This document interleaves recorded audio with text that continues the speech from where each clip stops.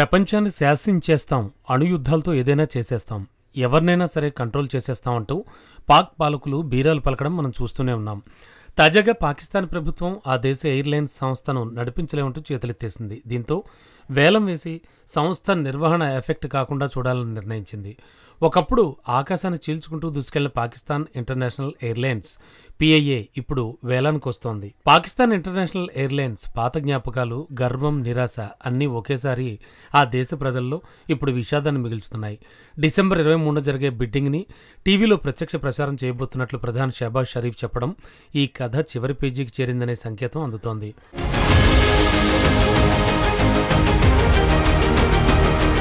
1946లో orient ఎయిర్వేస్గా పుట్టి 1955లో జాతీయం చేయబడినప్పుడు పిఐఏగా ఈ సంస్థ పేరు మార్చుకుంది. నాడు ఆరంభంలో ఇది కేవలం విమానయాన సంస్థ మాత్రమే కాదు, పాకిస్తాన్ భవిష్యత్తు, ప్రతిష్ట, గౌరవం. నూర్ఖాన్ నాయకత్వంలో పిఐఏ ఆసియాలోనే గొప్ప పేరు సంపాదించుకుంది.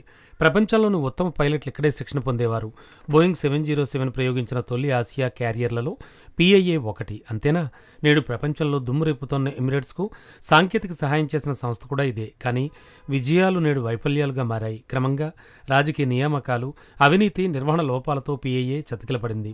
ప్రతి ప్రభుత్వం ఉద్యోగులను పెంచుకుంటూ పోయింది, కానీ ప్రయాణికులను పెంచుకునేందుకు ఎలాంటి ఆలోచనలు చేయలేదు. ఓవైపు విమాన సర్వీసులకు ఆదరణ తగ్గడం, విమానాలు పాతబడిపోవడం, రూట్లు తగ్గడంతో ఎయిర్లైన్స్ భారీగా ఆదాయాన్ని కోల్పోయింది. కాలక్రమేణా ఎయిర్లైన్స్ సిబ్బంది పెంచుకుంటూ పోవడం, అవసరమైన దానికంటే ఎక్కువ మంది ఉద్యోగులను చేర్చుకోవడం సమస్యకు కారణమైంది.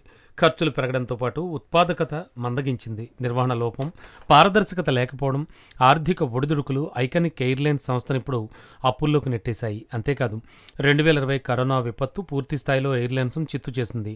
పీకే 8303 కూలి 97 మంది ప్రాణాలు కోల్పోయారు. కొద్ది రోజులకే ప్రపంచానికి పాకిస్తాన్లో నకిలీ పైలట్ లైసెన్సుల అంశం షాక్ కలిగించింది. యూరోప్, యూకే, అమెరికా మార్గాలను నిషేధించారు. దీంతో ఆదాయం తగ్గిపోయింది. ఖర్చు ఇబ్బడి ముబ్బడిగా పెరగడంతో అప్పు పేరుకుపోయింది. ఇప్పుడు పాకిస్తాన్ ఇంటర్నేషనల్ ఎయిర్లైన్స్ అప్పు మొత్తం 825 బిలియన్ రూపాయలు.